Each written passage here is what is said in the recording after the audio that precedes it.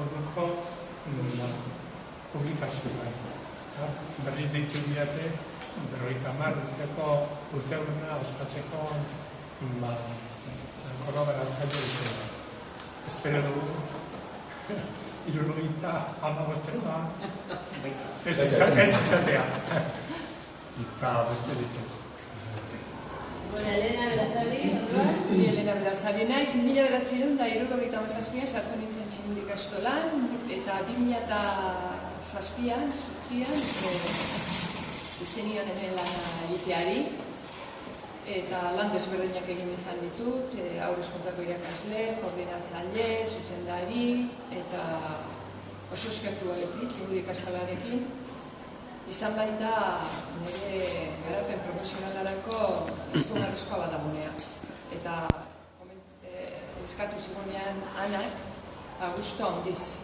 Baita ere parte hartu nuen aurreko publikazioan, Zarragara, eta aukera izan nuen hartan ere, eta honetan ere gustu handiz. Marcos Ondarrain naiz. Eta, nik hau egin dut egoismo gatik.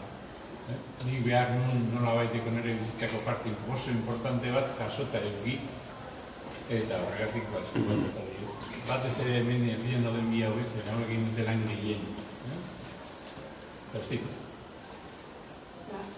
Maite Belazadi naiz, 28 urtetan aritu naiz Txingudi ikastolako idazkaritzan, oso pozik, bat izan niretzako, eta 50 urte hauetan parte hartzailea izan naiz, liburu honetan, lankidetza, ez da ikusi, oso pozik.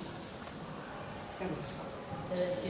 Maite da, irakasle ez den kolektiboko partaileen ordezkaria mai honetan. Eta, Jesus? Bueno, bane Josulari Mendizabal, Bizargorri deitzen diatena.